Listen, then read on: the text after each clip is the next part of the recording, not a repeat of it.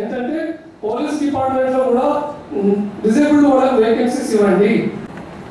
అయితే ఒక ముఖ్యమైన విషయం ఏంటంటే సార్, మాకు ఆత్మగౌరవం కోసము జగిత్యాల జిల్లాలో నేను సంయుక్త కలెక్టర్ గారు కావచ్చు, అదనపు కలెక్టర్ గారు తరచుగా 3 months ఒకసారి మరి ఇట్లాంటి కొన్ని సమస్యలు పరిష్కరిస్తే ఈ ఇంటి నుండి ఉండేటటువంటి న్యాయ సమస్యలు కావచ్చు, సమాజంలో పౌరసత్వం లూయిస్ బ్రెయిల్ స్టాచ్యూ ఒకటి కంపల్సరీగా పెట్టేట్టుగా చూడండి. ఏంటంటే మరి ప్రత్యక్షమైనటువంటి దైవం, ఆయన దయ వల్ల మేము జడ్జి గారి ముందు మాట్లాడగలుగుతున్నాం, మేము రుణపడి ఉంటాం. ఇంకా మూడోది ఏంటంటే డిఫరెంట్ ఏబుల్డ్ వాళ్ళందరికీ కూడా ట్రైసైకిల్స్ ఇస్తున్నారు, బ్యాటరీస్ ఇస్తున్నారు, అన్ని ఇస్తున్నారు. నేను సంతోషిస్తున్నాను సార్. అది గూగుల్ మ్యాప్ తోటి లొకేషన్ పెట్టుకొని మనం బ్లైండ్ ఎక్కడికైనా వెళ్ళొచ్చు. అయితే మాకు ఓన్లీ కాబట్టి చాలా మంది ఎగ్జామ్ రాశారు. మాకు రిజర్వేషన్ పర్ఫెక్ట్ అమలు అయితే మేము కూడా గ్రూప్ 1, గ్రూప్ 2, గ్రూప్ 3 ఆఫీసర్ అవుతామని చెప్పి తెలియజేస్తుండ్రు. ముఖ్యంగా డిఆర్డిఏ పీడీ గారికి రిక్వెస్ట్ ఏంటంటే, చాలా మంది సదరన్ సర్టిఫికేట్స్లో డాక్టర్ సంతకాలు లేక హాస్పిటల్కి వెళ్తే సూపరింటెండెంట్ గారు హాస్పిటల్స్ స్టాఫ్ కొంత డిజేబిలిటీ ఉన్నటువంటి క్యాండిడేట్ అతను మరణిస్తే ఆయన భార్య కూడా ఇమీడియట్గా పెన్షన్ అదే పెన్షన్ బాగుంటుంది.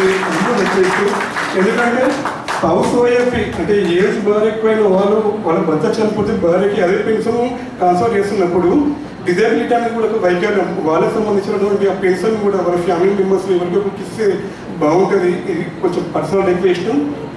దాంతోపాటు డిజేబిలిటీకి సంబంధించినటువంటి వివిధ డిపార్ట్మెంట్లలో పంచాయతీ కార్యదర్శులు కానీ అదేవిధంగా అన్ని శాఖలు ఉన్నటువంటి ప్రభుత్వ ఉద్యోగులు వాస్తవానికి ఈరోజు రావాలనుకున్నారు. ముందే అన్ని డిపార్ట్మెంట్ వారికి ఇలాంటి కార్యక్రమాలు పాల్గొనే అవకాశం ఇవ్వాలని కోరుకుంటూ, తన బాప్జాన్ గురించి ఒక మాట ఏంటంటే, తను వికలాంగులైనా కానీ ఇప్పటి వరకు సుమారు 50 times బ్లడ్ డొనేషన్ చేశారు. మా శాఖ నుండి చూసినట్టయితే 2 ముఖ్యమైనటువంటి కార్యక్రమాలు మనం జిల్లా గ్రామీణ అభివృద్ధి సంస్థ ద్వారా మనం నిర్వహించడం జరుగుతుంది. ముఖ్యంగా ఒకటి ఇందాక చెప్పినటువంటి పెన్షన్ సంబంధించి డిజేబుల్డ్ పెన్షన్ సంబంధించి మనం నిర్వహించడం జరుగుతున్నది. సో మన జిల్లాలో చూసినట్టయితే సుమారు 30,320 సర్టిఫికేట్స్ సదరన్ సర్టిఫికేట్స్ ఇప్పటి వరకు ఇష్యూ చేశాము.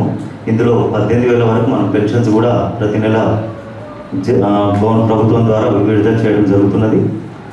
సో ఇంకా కూడా ఏమైనా ఉన్నట్టయితే కూడా మనం సర్టిఫికేట్స్ అనేది ప్రతి నెల కూడా క్యాంప్స్ కండక్ట్ చేస్తున్నాము. సో దాని ద్వారా మనము ఆ సర్టిఫికేట్స్ అర్హులైన వారికి ఇవ్వడం జరుగుతున్నది. సో ఇందాక చెప్పినట్టు మన సోదరుల యొక్క కొంతమంది సర్టిఫికేట్స్ మీద సంతకాలు కొన్ని మిస్సింగ్ ఉన్నాయి. వాటికి సంబంధించి మేము ఆర్టీసీకి సంబంధించినటువంటి ప్రాసెస్ తీసుకోవడంలో ఇబ్బందులు ఏర్పడుతున్నాయని చెప్పేసి చెప్పడం జరిగింది. సో దానికి సంబంధించి మేము ఒకసారి స్టేట్ హెడ్ ఆఫీస్ నుండి క్లారిఫికేషన్ తీసుకుంటాము. సో ఇప్పుడున్న వాళ్ళు పెట్టడానికి అవకాశం ఉందా లేదా పాత వాళ్ళతో చేయించాలనేది చెప్పేసి ఒక క్లారిఫికేషన్ తీసుకున్న తర్వాత మీకు దానికి సంబంధించినటువంటి చర్యలు తీసుకోవడం జరుగుతుంది.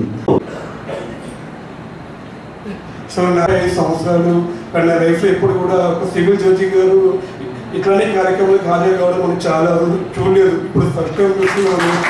చాలా ముఖ్యంగా ఎన్ని ప్రభుత్వాలు మారినా ఎంతమంది వచ్చినా మా ప్రాబ్లమ్ సాల్వ్ అవుతాయి. కాబట్టి వేదిక ఉన్నటువంటి అధికారులందరికీ ఉదయపూర్వకంగా రిక్వెస్ట్ చేస్తున్నాం ఏంటంటే, ఎంత తిరిగినా ఇంకా పట్టుదల ఇంకా లేకపోతే ఇంకా నా ఉద్యోగం కోసం ప్రయత్నం చేస్తున్నాను. మాకు ఏమాత్రం అవకాశం ఉన్నా అవకాశాలు ఉంటే జిల్లా స్థాయిలో ఎక్కడైనా అవుట్సోర్సింగ్ కానీ ప్రైవేట్ ఉద్యోగులు కానీ మాకు కల్పించని చెప్పి పదోన్నతులు దివ్యాంగ ఉద్యోగులకు 3% నుంచి 4% పెంచకుండా గత ప్రభుత్వం అన్యాయం చేసింది. పీడబ్ల్యూడీ చట్టం 2016, ఆర్పీడబ్ల్యూ చట్టం జీవోఎంఎస్ నెంబర్ 1 ప్రకారం 40% వైకల్యం ఉన్న దివ్యాంగుల చట్టం ప్రకారం ప్రయోజనాలను కల్పించాలి. ఉన్నత చదువులకు ఎస్సీ ఎస్టీ ఉద్యోగులకు వర్తింపజేస్తున్న విధంగానే దివ్యాంగ ఉద్యోగులకు కూడా ఆన్ డ్యూటీ సౌకర్యం, అలాగే రోస్టర్ పాయింట్లలో క్యారీ ఫార్వర్డ్ జనరల్ కేటగిరీ వాళ్ళతో నింపకుండా బ్యాక్లాగ్లో ఉంచడంపై మరి ప్రభుత్వం సానుకూలంగా స్పందించాలని కోరుతా ఉన్నాను. సంక్షేమ పథకాల్లో మరి 12% దివ్యాంగులకు రిజర్వేషన్లు కల్పించాలి. నామినేటెడ్ పదవుల్లో కూడా మరి దివ్యాంగులకు రిజర్వేషన్లు అమలుకు చట్టం తీసుకురావాలని నేను ప్రభుత్వాన్ని మా సీనియర్ సిటిజన్ అసోసియేషన్ తరఫున కోరుతా ఉన్నాం. ఈ కార్యక్రమం చేసుకోవడం అంటే ఒక 1 వీక్ బ్యాక్ అనుకుంటా వివేకానంద స్టేడియంలో స్పోర్ట్స్ చాలా బాగా కండక్ట్ చేయడం జరిగింది. అక్కడ ఆ పోటీలో పాల్గొంటే నేను నిజంగా చాలా ఎంత ఆనందం అనిపించిందంటే ఒక స్పోర్ట్స్మెన్ స్పిరిట్ అనేది ఎక్కువ మీ దానిలో పట్టుదల అనేది బాగా కనబడింది నాకు. ఒకటి ఇంకో విషయం ఏంటంటే మన ఈ మధ్యలోనే పారా ఒలింపిక్స్లో వరంగల్కి చెందిన క్రీడాకారిణి అంజని తనకు కాంస్య పథకం రావడం జరిగింది. ఆమెకు 1 కోటి రూపాయల నజరానా, అలాగే 500 గజాల స్థల ఇల్లు, అంతేకాకుండా తనకు కోచ్గా వివరించిన అతనికి కూడా 10 లక్షల నజరానా కూడా మన గౌరవ ముఖ్యమంత్రి రేవంత్ రెడ్డి గారు ఇచ్చారు. అలాగే ఈ స్పోర్ట్స్ దానికి సంబంధించిన విధానాలకు ప్రత్యేకమైన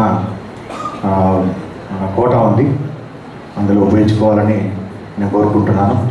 ముఖ్యంగా మరి మన అందరికీ బర్త్డే, పెళ్లి రోజు, నిన్ననే మనము ప్రపంచ పర్యావరణ రక్షణ దినోత్సవం కూడా ఇదే హాల్లో ప్రతిజ్ఞ చేశాము. మీ అందరికీ కూడా అంటే దివ్యాంగులకు కూడా ఒక ప్రపంచంలో ఒక చోటు కల్పించిన దినం ఇది. మరి ఆ రోజు సందర్భంగా ఈ యొక్క కార్యక్రమాన్ని ఏర్పాటు చేసుకున్నాం. ముఖ్యంగా దివ్యాంగులమని ఎప్పుడు కూడా ఫీల్ కావాల్సిన అవసరం లేదు.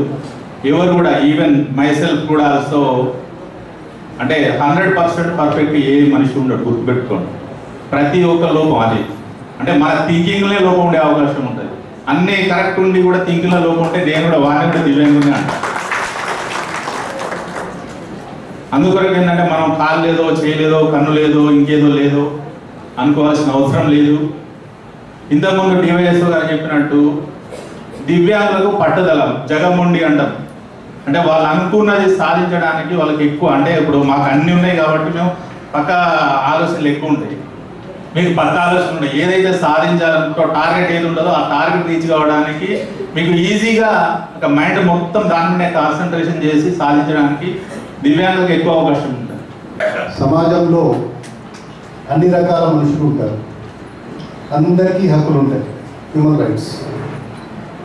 మన భారత రాజ్యాంగం ఈ దేశ ప్రజలందరికీ ఒకే విధంగా చట్టాలను అమలు చేయాలి. కానీ కొన్నిసార్లు రీజనబుల్ క్లాసిఫికేషన్స్ అని ఉంటాయి. అంటే ఈశాన్య భారతంలో ఒకటి ఉన్నటువంటి వ్యక్తికి, దక్షిణ భారతదేశంలో ఒకటి ఉన్నటువంటి వ్యక్తికి కొన్ని తేడాలు, హక్కులలో కొన్ని తేడాలు వస్తాయి. అట్లాగే ఫిజికల్లీ ఛాలెంజ్, ఫిజికల్లీ ఫిట్నెస్ వీళ్ళలో ఉన్న వాళ్ళ దాంట్లో కూడా కొంత రీజనబుల్ క్లాసిఫికేషన్. అయితే ఫస్ట్ ఆఫ్ ఆల్ మనము